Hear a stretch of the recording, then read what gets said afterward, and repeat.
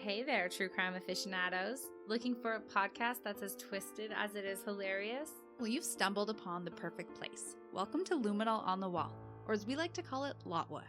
I'm Becky, the sunshine to your day. And I'm Bevy, the moonlight to your darkness. Together, we're the sisters you never knew you needed, bringing you true crime like you've never heard before. Picture this.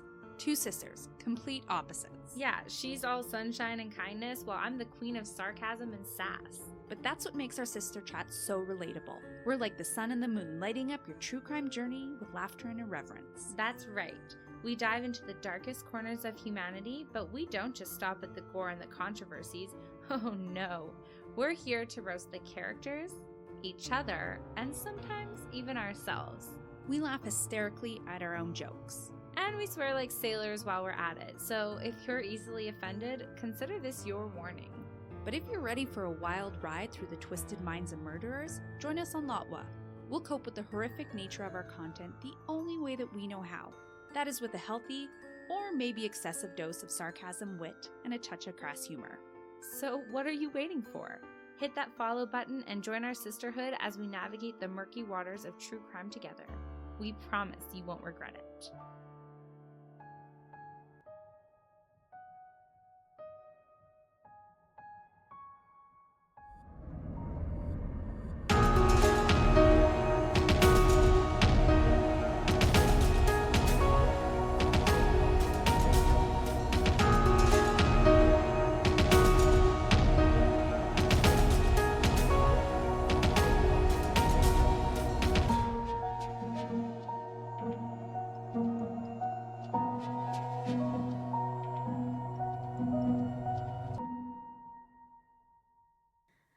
So everybody is either dying of allergies, sick, has Arkansas going, or God knows what else. Well, I've been in the backyard. We moved the boat out to take it down to Veterans Thrift and donate it to them.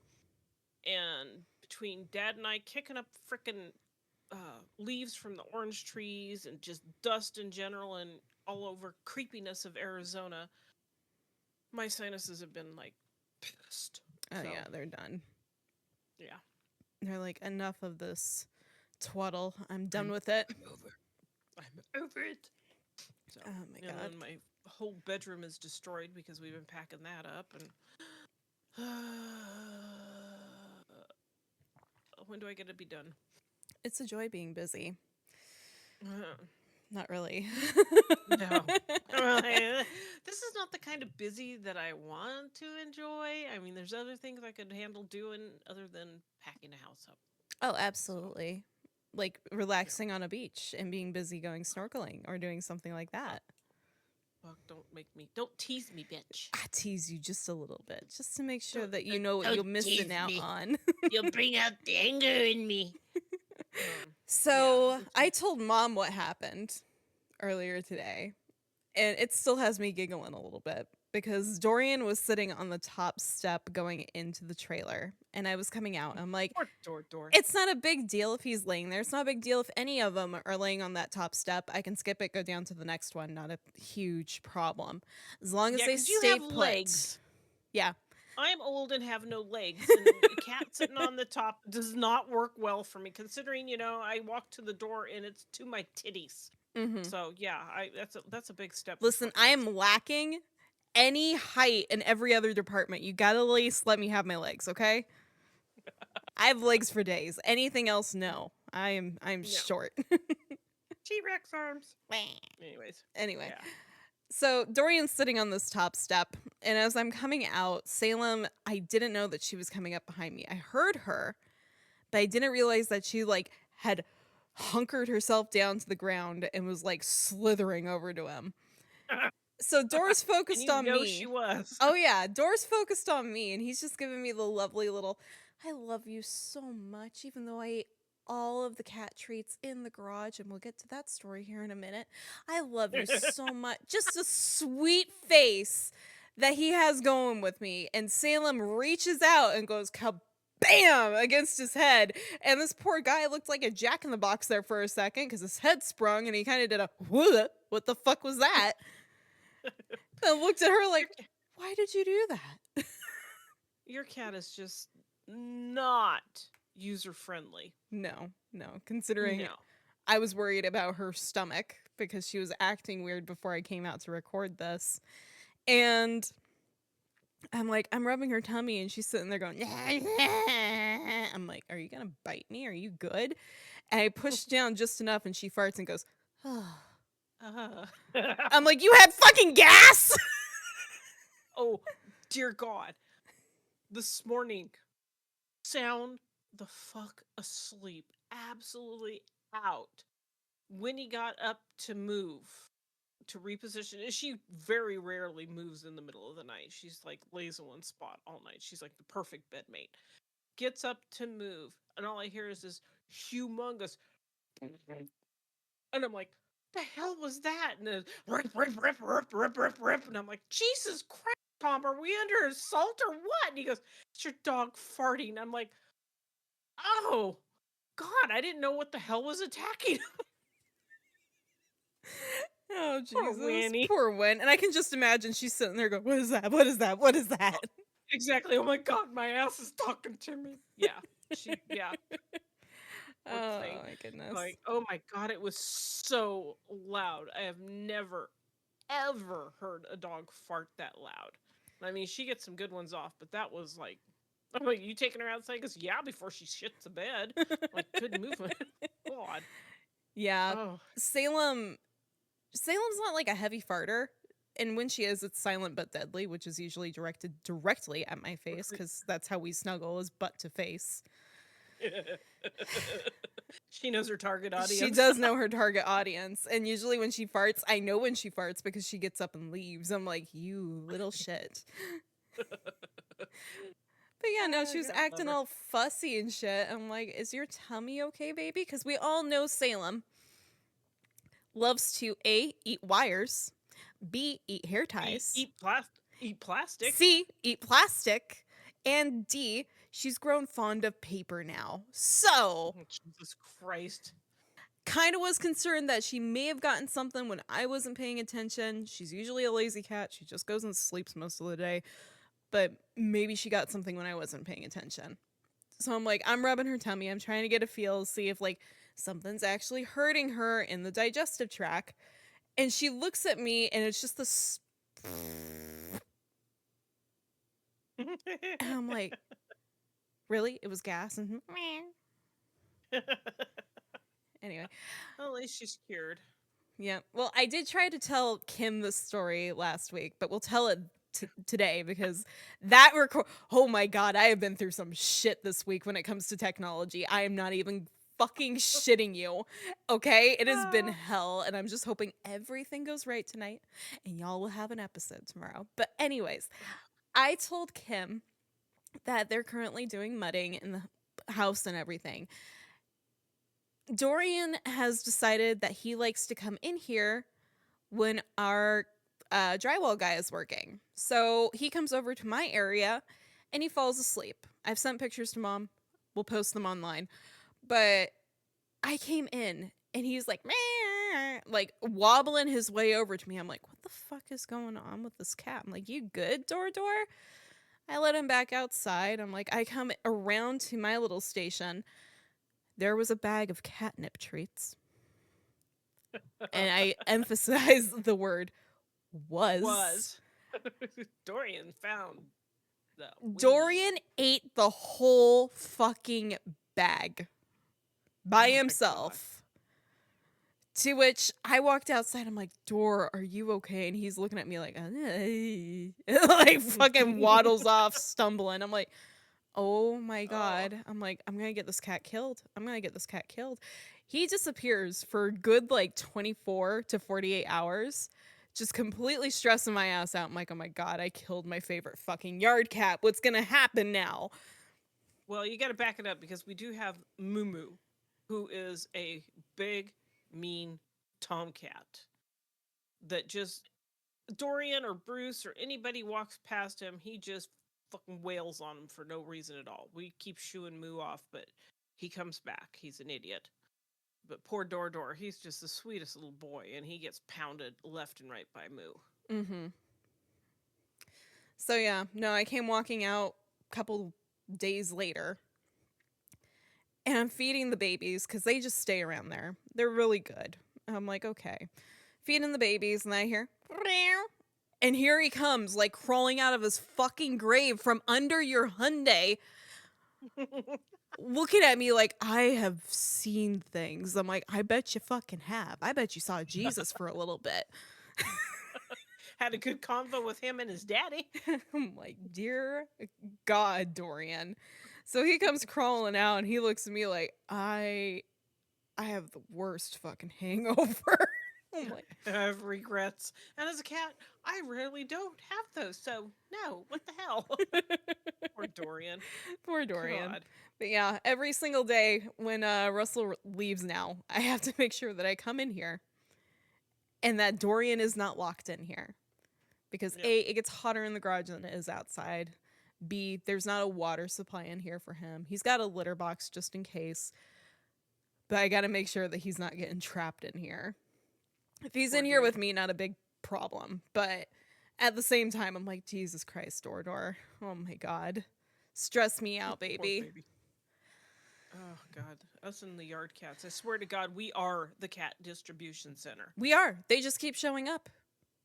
They really More do. and more. I love when Pieces brings the babies over. It's like, look what I made. Oh, God. Oh, dear God, we got to get you fixed. Wait, there's more. Oh, yeah. God. I'm like, Oh, Lord. Parts and her babies, when she showed up with them, she had the most content smile on her face of just, look what I made. know. It's like, look what I got. I did this. I did know. this. These are mine. And now they all And live they were here. so freaking cute. Oh, they still are. They're super fucking trouble. All of them decided to come down with me to take the trash out to the side. I've got Dorian and the babies in tow. And Dorian's like staying out of my way because the babies are like going underneath me while I'm pushing the trash can. I'm like, Oh, I know. y'all are You look afraid like of you're hammered. nothing. Y'all are afraid of nothing. All right. So before we get started, while we understand that some individuals listen for the entertainment aspect of true crime, it's important to remember that these are real people with families and friends who might be still suffering from their loss. These stories are not meant to open old wounds or cause further emotional damage to those involved. We remind you, please be respectful and do not dox or contact those involved with cases. The case discussed in this podcast today may be disturbing to some audience members, and listener discretion is advised. All right. As far as trigger warnings go today, we do have a domestic assault case. Ick. Yeah. And before we do get started, this one's going to be told a little bit differently because most of the articles are written fairly differently than how a usual case processes. This is also a very close to home case for us. Yep. And I was going to say, I didn't know the little girl, but I was acquainted, but I wouldn't consider us friends or anything, but we had met a couple of times. So today we're going to be talking about Ashley DooLittle. Ashley DooLittle was born and raised in Colorado. Prior to moving to Berthoud, Ashley grew up in Lafayette, where she attended Louisville Middle School and Centaurus High School through her sophomore year. Ashley was an aspiring and accomplished young woman whose life always revolved around horses. She had learned to ride at the age of 5 years old and belonged to the 4-H group, which is Head, Heart, Hands, and Health, I believe. Yep. And the Thompson FFA, which is the Future Farmers of America. She was also part of the Boulder County Fair and the Rodeo Royalty Program. I was going to say, wasn't she like one of the, like the princess or something like that? She didn't get rodeo queen. She got the court. Yes. Yeah. So Ashley also participated in the Boulder County horse judging contest along with the horse bull, the hippology teams, and she was a member of several national champion horse judging teams, including the 2014 Quarter Horse Congress national team, the Arabian national champion team, and 4 consecutive years, and the National 4-H Western Roundup Championship team, where she was the 2014 champion high individual overall. Wow. Through the Future Farmers of America in 2016, she was actually named the high individual overall state champion. Wow, that's quite an accomplishment. That is quite the accomplishment. So she had some aspirations going, and she was working to Yes, them. she did. Ashley was an individual who couldn't have been more eager and driven and excited about her future at Colorado State University, where she planned to begin her major in agricultural business in fall of 2016. However, there was one growing concern in her life. Since her junior year, Ashley had been dating Tanner Flores, and I'm so sorry if I mispronounced that last name. Like any relationship, it began happy, beautiful, loving, the first buds of romance. But over time, it morphed into trouble as Tanner became more and more possessive of Ashley. Tanner would often look through her phone, accuse her of cheating, track daily activities, object to her having male friends, and sternly forbid her from attending parties that she would obviously get invited to come the start of college. Oh, lordy. Unlike Ashley, college was the last thing on Tanner's mind. As a high school dropout, he had intentions of working in his father's trucking business. In June of 2016, Ashley had just turned 18 years old, 3 weeks earlier, and graduated from Berthoud High School.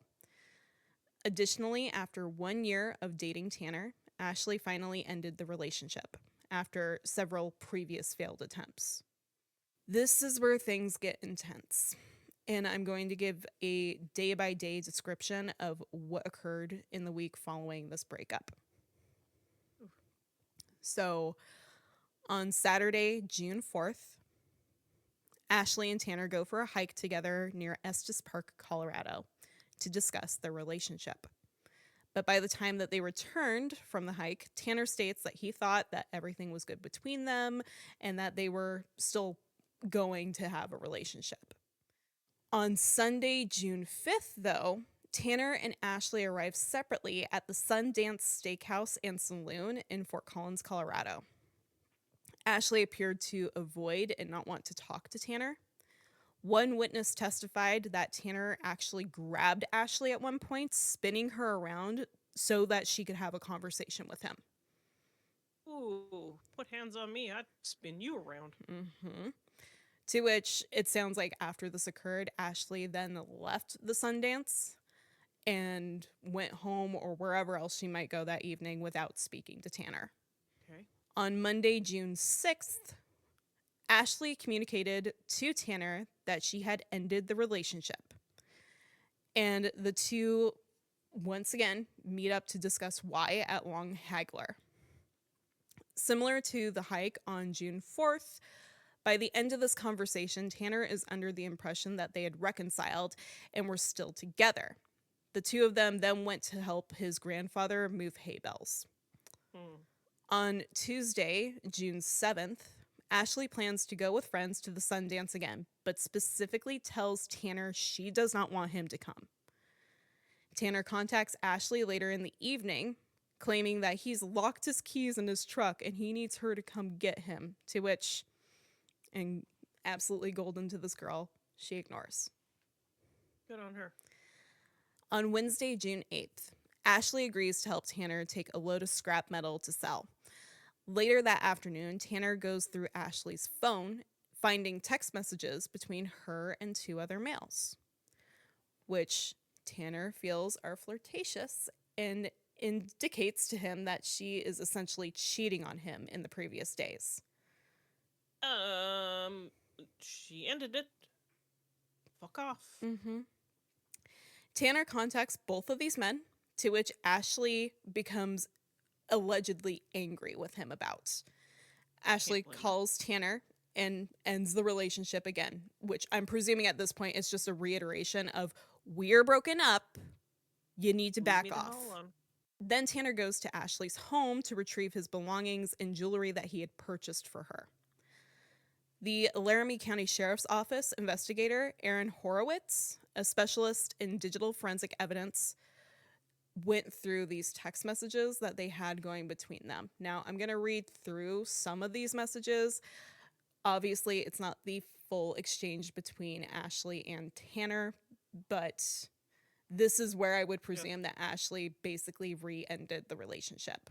So the first one was from Tanner, accusing her of cheating on him and that he hoped that she realized what she'd thrown away.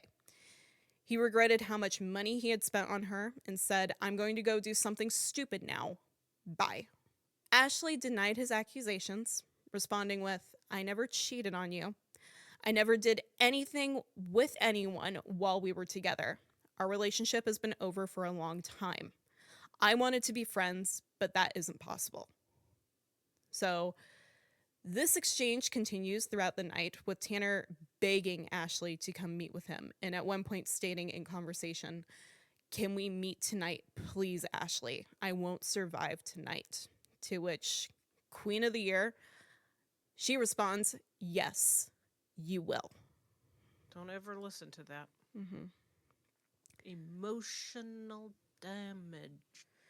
Unfortunately, though, Ashley agreed to meet with Tanner the following day at Long Hagler Reservoir, which is just southwest of Loveland, Colorado. Yep.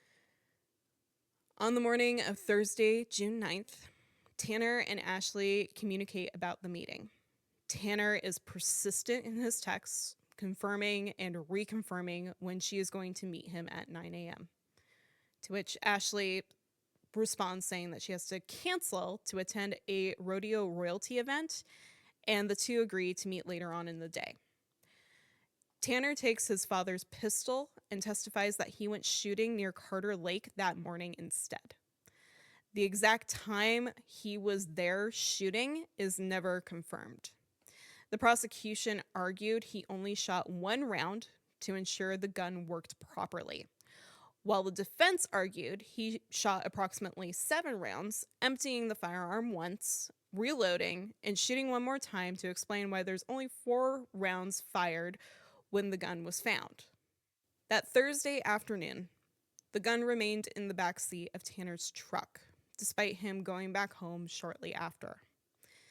Meanwhile, prior to meeting Ashley, she runs errands, goes to a tire shop, the bank in Loveland, while Tanner continues to communicate with her about when they're going to meet. So he's basically blowing up her phone, being like, "We meeting soon? What are we doing? Here we come. Are you coming? What are we doing?" And she's just trying to get her day done. Yeah, that's when I would have said, "You know what? You're a little too anxious for this shit. Back off." Shortly thereafter, Tanner meets with Ashley at the parking lot area by the Long Hagler Reservoir. The two of them reportedly discuss the breakup while Tanner drives Ashley to Carter Lake. On the way back, Tanner asks what he can do to get back together with her, as Ashley kind of just goes, "Okay, what the fuck," and tries to get out of the truck. Mm-hmm. Tanner then drove off, preventing her from doing so, and testifies that Ashley gave him a look of disgust before turning away from him inside the truck. The two were on County Road 21, between County Road 8 and 8E, when Tanner said he reached behind the seat, grabbed the gun, and shot Ashley in the head. When Ashley didn't immediately die, he shot her 2 more times. What a worthless turd. And that's the nicest language I can come up with. No relationship is worth this. No, it absolutely isn't. Been there, heard that, experienced it. Done it. Get as far away as possible. It's not worth it. Get out. Yep, absolutely. So Tanner then used Ashley's phone to send a message to his own saying that she wasn't going to meet with him. That evening, both Tanner and Ashley's parents reported them missing and the investigation began. After the shooting, Tanner covered Ashley's body with a blanket, still in the front seat of his truck, and drove to his deceased great-grandfather's property 40 miles from Grand Junction, Colorado. Oosh, that's a drive. It's a fucking hell of a drive from Loveland over there, so I'm like, God damn. Well over 5 hours. Mm-hmm. Especially, well, once you get on the 70, it's not super slow, but still, that's a long drive. It's a long-ass drive. Along the way, Tanner threw both phones out the window of the truck. Tanner arrived at the property around 10 p.m., breaking the glass out of a back door to gain entry. Then he eventually brought Ashley's body inside the house. He attempted to clean the blood off of her face and body, washed her blood-soaked clothes, and put them back on her. Tanner then testified that he spent the rest of the evening watching cartoons on the TV and slept in a chair. Her body in the room, I presume. I'm presuming she's in the room, yeah. Holy fuck balls. Mm-hmm. On the early morning of Friday, June 10th, Suzanne White, Tanner's grandmother, contacts Samantha White, which there's no relation there, to see if Tanner's white truck is at his deceased grandfather's property. And from what I gathered while doing research on this, Samantha and her family basically live like right next door. And Samantha confirms that she sees the truck and the authorities are notified. Michael Blank, a Colorado Park and Wildlife District manager, is asked to begin surveillance on the property Tanner is at. So Michael and Samantha view Tanner throw 2 blood-soaked rags out into the field near the house and take a rolled-up mat, which was later identified as the mat that Tanner had laid Ashley's body on inside of the home, to a woodpile behind the house. Oh, sweet baby Jesus. They witnessed him move Ashley from the house, heaving her blanket-wrapped body into the back seat of his truck. In the late morning, police and SWAT arrived at the property and make contact with Tanner inside the house over the PA system. Tanner exits the house compliantly and is taken into custody. At this point, the investigation begins at the scene. Later in that afternoon, Tanner is questioned by investigator Danny Norris and the Laramie County Sheriff's Office investigator Drew Weber. Tanner initially claims that DooLittle was shot on accident, to which he later recants and admits to shooting her. I was going to say, how is he going to prove that he shot her by accident 3 times? Mm-hmm. Tanner's trial took place in autumn of 2017, and it took just 7 days, to which he was found guilty of first-degree murder, felony murder, and second-degree kidnapping. He was sentenced to life in prison plus 32 years with no possibility of parole. Good. Ashley's mom, Anne Marie DooLittle, spoke after the conviction, just feet from where Tanner was sitting, telling the courtroom of her daughter's lifelong love for horses and how the family would never have the joy of walking her down the aisle or seeing Ashley's children. Anne stated that our hearts go out to the Flores family. A part of me feels sorry for Tanner, but that does not mean he should not be punished for his actions. We want him to carry out the rest of his life in prison. See, I would have wanted harsher, but that's just me. Mm-hmm. In March of 2017, Anne founded the Ashley DooLittle Foundation in honor of Ashley's memory. Her goal being to help others avoid devastating loss that their families have endured or could endure. This foundation is dedicated to raising awareness and prevention of teen dating violence by educating young people and parents by creating conversations about an issue that is not always recognized. Good deal. Anne believes that if anyone in Ashley's life had understood the signs of an unhealthy, abusive, and increasingly growing abusive relationship, steps could have been taken to save her life. Absolutely. Anne further stated, if you knew Ashley, you would remember her big smile. Ashley was happy, funny, kind, humble, hardworking, and full of life. She saw the good in everyone and was always there to offer a helping hand. She was so excited when she received news of her acceptance to the agricultural business program at Colorado State University in fall of 2016. She had her whole life ahead of her.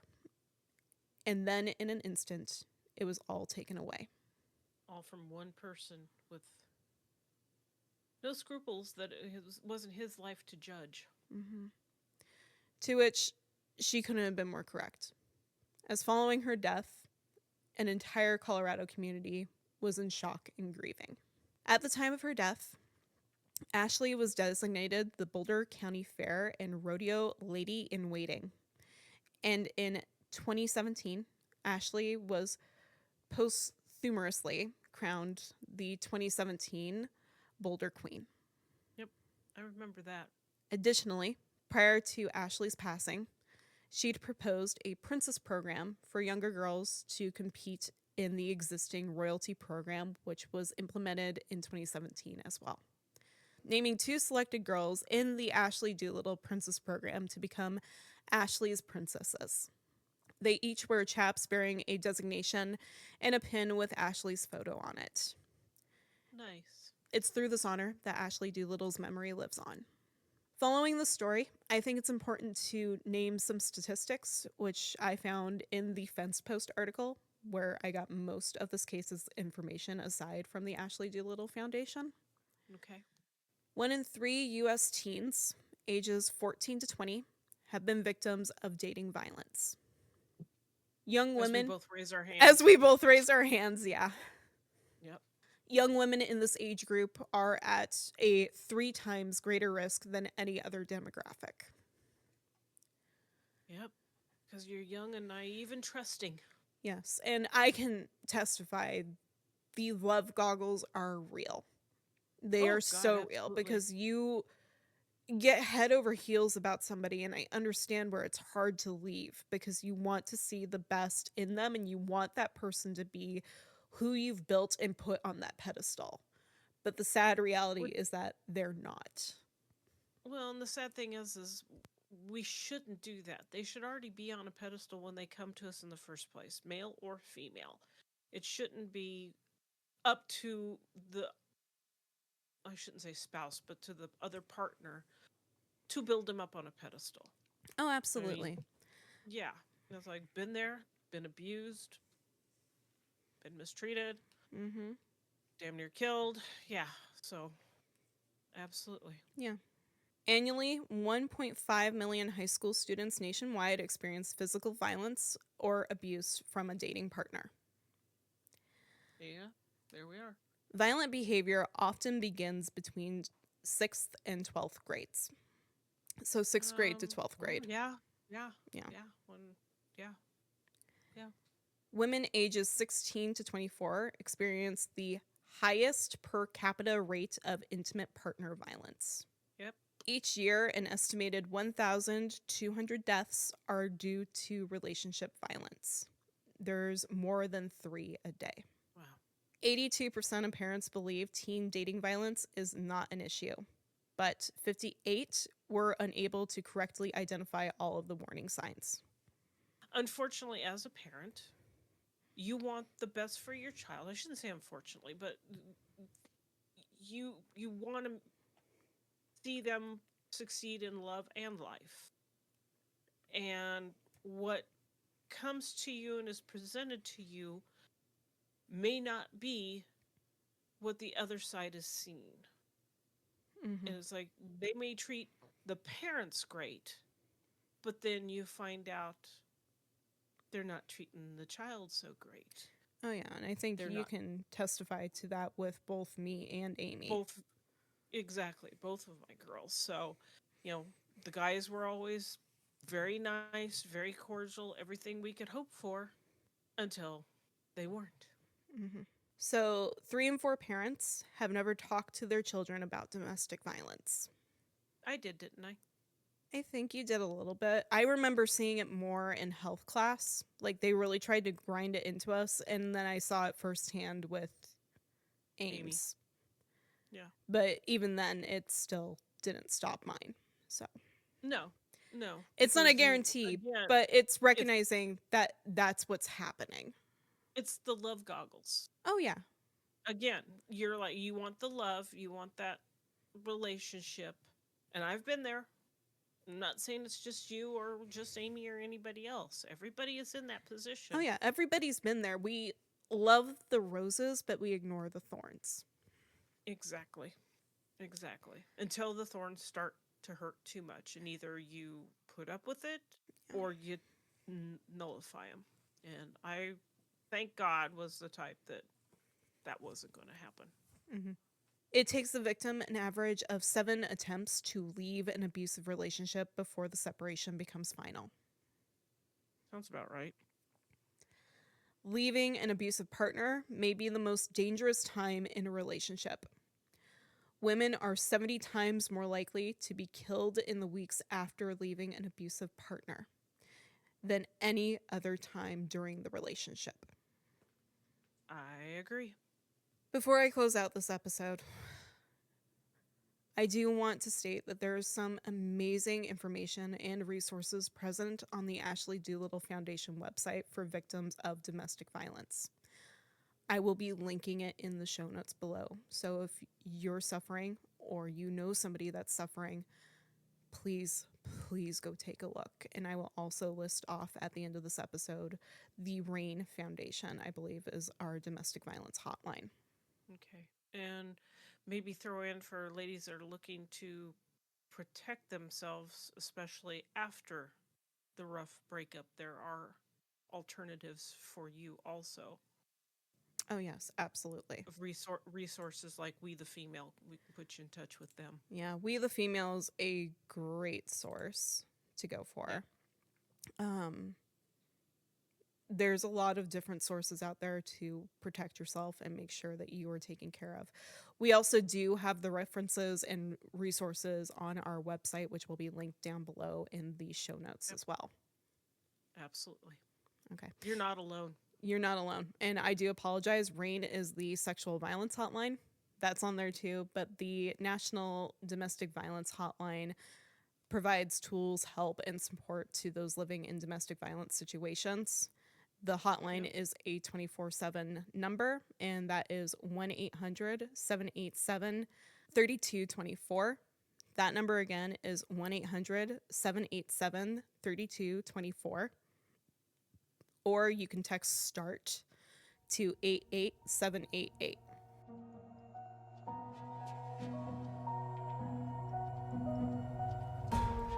Thank you again for listening to Spattered. Please make sure to follow the show on Facebook and Instagram at Spattered Podcast and on X at Spattered Pod. If you're enjoying the show, make sure to follow and leave a 5-star rating on Spotify, Apple Podcasts, Amazon Music, or wherever you get your podcasts from. If you're watching on YouTube, like this video, subscribe, and ring the notification bell to be notified when the show goes live or drops a video. As always, if you have a case request, any questions, or are interested in sponsoring the show, please email me at spatteredpodcast@gmail.com.